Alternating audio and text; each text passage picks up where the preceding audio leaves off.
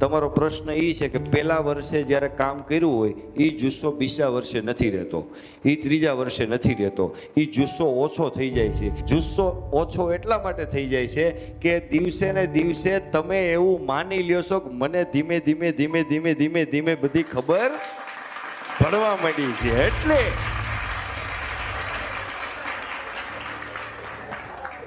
એ ખબર મને પડે છે ને એનો લોડ જે લાગે છે કે નહીં એ ગજબનો હોય છે. જીવનમાં ક્યારેય ગંભીર ન રહેવું, ગાંડાની જેમ રહેવું, એનાથી બે ફાયદા થાય. સામેવાળો કેવો છે ને એ આપણને ઓળખાઈ જાય, અને બીજી વસ્તુ સામેવાળો આપણને ગાંડો સમજીને બીજું કાંઈ ઓળખવાનું ચાલુ ન કરે. એટલે આપણને ખબર નથી પડતી એમ આપણે રહેતા શીખીને તો ઘણી બધી ખબર પડી જાય. બહુ ભલા માણા અહીંયા કોઈને લાંબુ ટકવાનું નથી. બહુ જીવનમાં લોડ લઈને આટો ન મારવો. તમારો સવાલનો જવાબ એટલો છે, ખબર પડે છે ને એ ખબરને ડિલીટ મારી દો એટલે બહુ બધી તમને ખબર પડી જાય.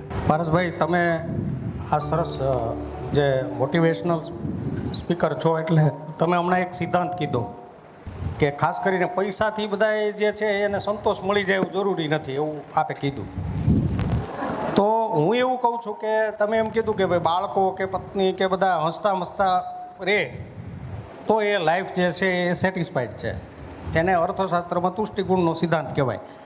તો સફળ થવા માટેનો જે આ પ્રિન્સિપલ તમે જે કીધો છે એ પ્રિન્સિપલ મુખ્યત્વે કોઈ ડૉક્ટર હોય, કોઈ વકીલ હોય કે કોઈ પણ વ્યક્તિ હોય તો એ એના ફિલ્ડને પ્રાયોરિટી આપવા માટે, એના ક્ષેત્રને પ્રાયોરિટી આપવા માટે.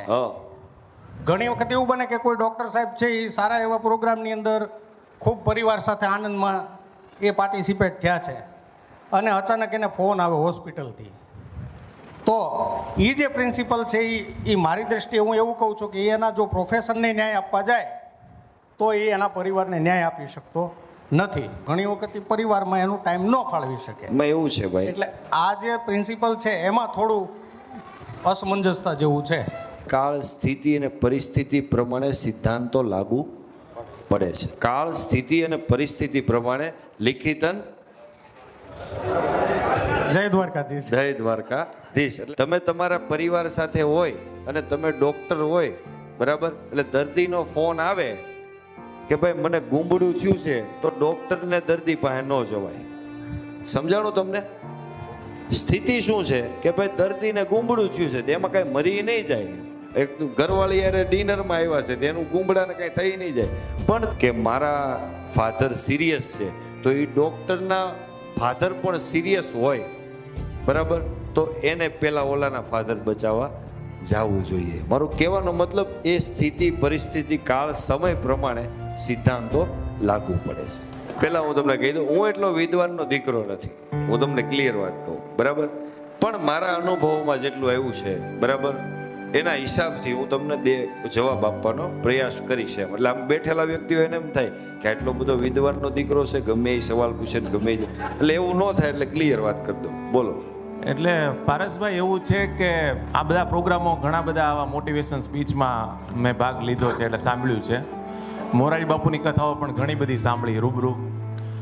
થાય છે એવું કે પેલું સ્મશાનની વૈરાગ્ય આવી જાય ને આપણને, સ્મશાનમાં જાય એટલે કે આ જીવન ખોટું છે ને આ બધું અંતે તો આપણે આમ થવાનું છે, પછી આ બધું ભૂલાઈ જાય છે ચાલુ. હવે એ યાદ રાખવા માટે શું કરવું? અમુક અમુક પોઈન્ટ ભૂલાઈ જાય.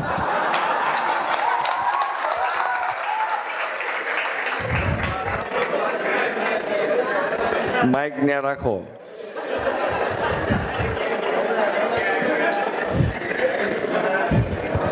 જો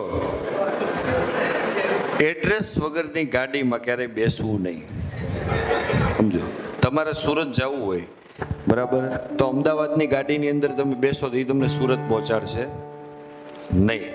તમારા જીવનની અંદર અમે કોઈ પણ વસ્તુ અહીં ગમે એટલી કહીએ, હું તમને 3 પ્રશ્ન પૂછું, માઇક લઈ લ્યો હાથમાં, તમે શું કરો છો હાલ? જવાબ આપો.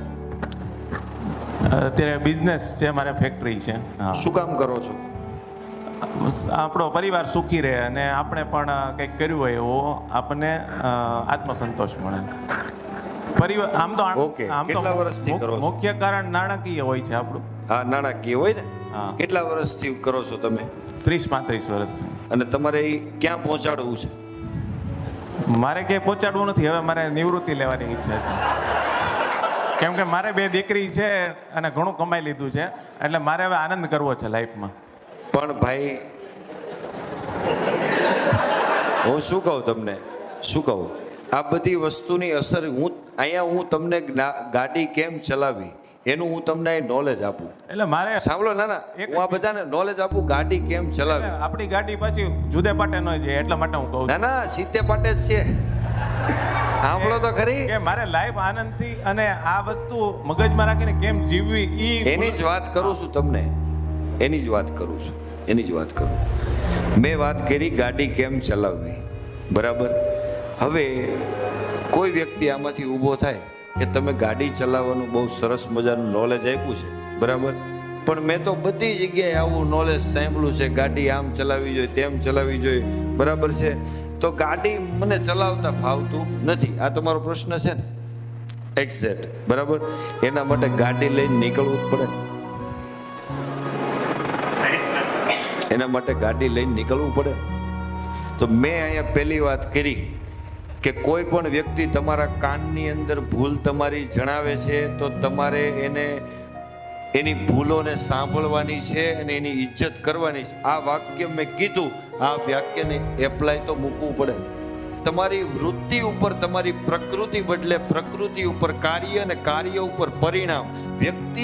હરેક વ્યક્તિ પોતાનું પરિણામ બદલવામાં મથ્યો છે, પોતાની વૃત્તિ નથી બદલવી.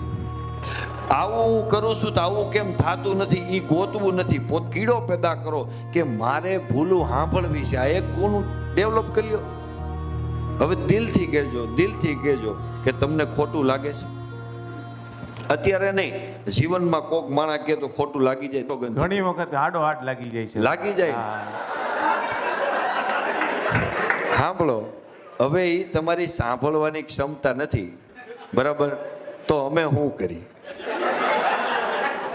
રિયલ વસ્તુ તમે એને ખાલી ડેવલપ કરી લેહો ને, બરાબર. આગ્રાની હોસ્પિટલની અંદર ગાંડાની હોસ્પિટલ છે, એમાં 10-12 ગાંડા જતા હતા. કેન્ટીનમાં 3-4 ડોક્ટરો ચા પીતા હતા, એમાં ગાંડા જતા હતા ને એમાંથી એક ગાંડો બોલ્યો ડોક્ટરની સામે જોઈને કે જો 4 ગાંડા ચા પીવે. હવે આમાં ગાંડા કોણ છે? સમજાણું તમને આખી વસ્તુ કે તમારે આપણે પોતાને આ વસ્તુ કરવી પડે છે. અને આમાંથી આ એક્ઝામ્પલ તમને આપ્યું ગાંડાનું, એ તમે જ્યારે સાંભળશો ને, બરાબર. તમારું નામ શું? જયપ્રકાશ, એટલે જેપી કે છે બધા. જેપી. ઓલા જેપીભાઈ નથી, એમાં કાંઈ લઈ લેવાનું નથી. જેપીભાઈ મારું બહુ બગાડ્યું છે, જેપીભાઈ મારું આમ છે, જેપીભાઈ સંબંધમાં બરાબર નથી, જેપીભાઈ પ્લાસ્ટિકનો ધંધો હરખો કરતા નથી, જેપીભાઈ તેમ છે. આવું બધું જેપીભાઈનું જ્યારે કાનમાં આવશે ને જેપીભાઈને જે દિવસે ખબર પડી જાય કે જેપીભાઈ કોણ છે, તેથી જેપીભાઈને દુઃખ નહીં થાય. જેપીભાઈ એના ઉપર હસશે. એ ગાંડા જેમ ઓલા ડૉક્ટરની મજાક કરતા હતા ને, તો ડૉક્ટરને ખોટું એટલા માટે નહોતું લાગતું કારણ કે ડૉક્ટરને ખબર છે ગાંડો એ છે, અમે નહીં. જેપીને ખબર તો પડવી જોઈએ ને જેપી કોણ છે. એ જેપીને જે દિવસે જેપીની ખબર પડી જાય ત્યારે જ પડે કે તમારી સાંભળવાની ક્ષમતા વધે. હંમેશા વધારો, હંમેશા ચેન્જ થઈ જાય, બધાયનું લાગે. રાઈટ? સેટિસ્ફેક્શન વાળો જવાબ છે. એકદમ થેન્ક યુ. ઓકે, ડેવલપ કરો. ચાલો, પ્રશ્ન નથી પૂછવો. 65 વર્ષની ઉંમર થઈ, વડીલ તરીકે એક સલાહ આપું. 2.5 કલાકથી સાંભળું છું. આવો કાર્યક્રમ કરવો પણ પ્રશ્નોત્તરી બંધ રાખવી. આભાર. એનું કારણ આપી દો. પૂછતા ભી દીવાના, કહેતા ભી દીવાના. નહીં, એનું કારણ છે પ્રશ્નોત્તરી બંધ રાખી આપણે. પણ આ કાર્યક્રમની અંદર છેલ્લો પ્રશ્ન હું કરું તમને, મને કારણ આપો. એના મને આપના જવાબ એક પણ સંતોષકારક ના લાગ્યા. ઓકે, વાંધો નહીં. એમાં એવું છે, રેડીમેડની દુકાન હોય કાકા, બધાય આપણા માપના ન હોય. આપણા માપના હોય આપણે પહેરી લેવાના એમ, બરાબર છે. એનું કારણ છે, મારી વાત સાંભળો. એમાં એટલી બધી હસવાની જરૂર નથી. કાકાની વાત બહુ રાઈટ છે અને હું વાત સાથે સહમત છું.